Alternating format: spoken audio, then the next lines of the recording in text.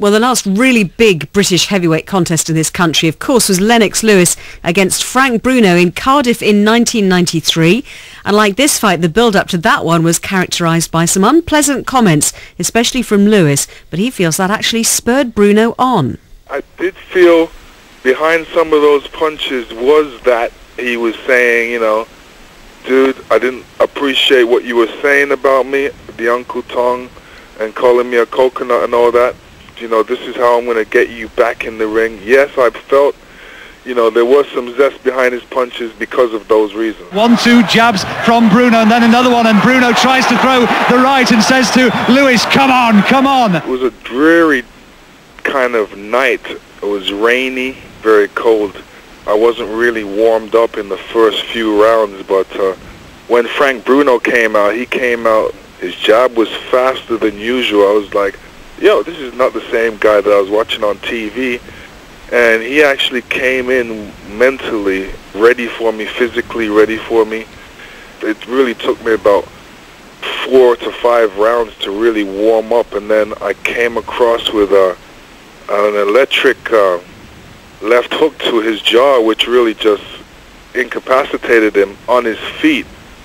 And I was able to throw 15 unanswered punches when the referee really jumped in and saved Frank Bruno from the onslaught of punches. Lewis is in trouble, but then explodes out, and then a big left from Lewis, and Bruno looks as though he's in trouble, desperate trouble, and Lewis has perhaps turned the course of this fight. When you have the general public really believing in you and saying that, you know, you're supposed to really walk through this fight, it should be an easy fight for you, it could give you that false sense of security.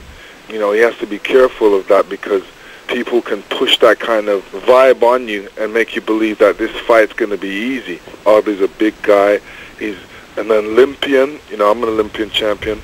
Being an Olympian champion, you know, there's certain kind of thinking and a certain kind of attitude that you go into the ring with. And the attitude is, you know, I want to be a winner, and I know what it feels like to be a winner. Well, that, of course, was Lennox Lewis. We'll talk more. Well, before the news, though, we heard from Lennox Lewis on facing Frank Bruno in 1993. Getting memories from both of you of that night. Mike, what do you remember?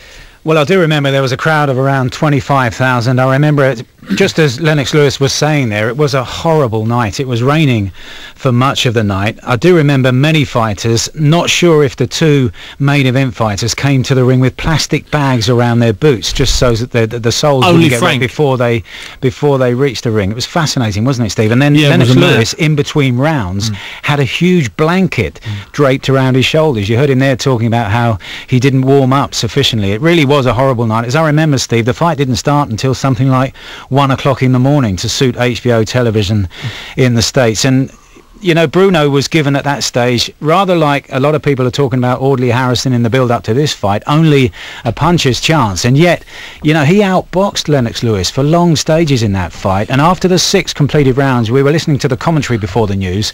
That finish, the big left hook that started the finish was in the 7th round.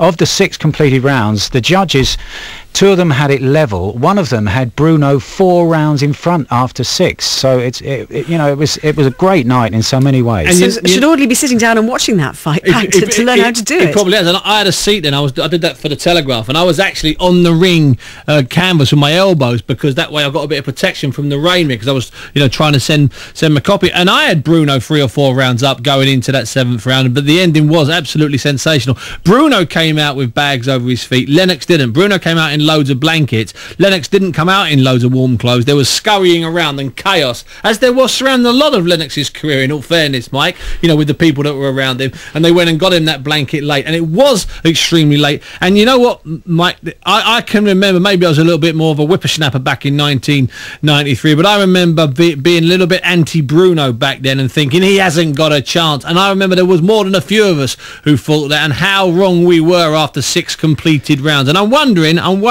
and you're absolutely right to point it out, I wonder if there's a few people thinking about that fight and thinking about some of the things they've been saying about Big Audley. Absolutely, and I think there was no question that Lennox Lewis was complacent that night. And I was watching it just a couple of days ago before I came up here to Manchester, and it was clear at that stage that Lennox Lewis, yes, he was world champion by then, but he was a long way from the finished article that he later became. I mean, he was I think, comfortably outboxed at stages, you know, for 2.5 minutes of 2 or 3 rounds in that fight, and beaten to the jab time and time again by Bruno. So it was a fascinating fight, and I think Audley Harrison can actually take quite a lot from it.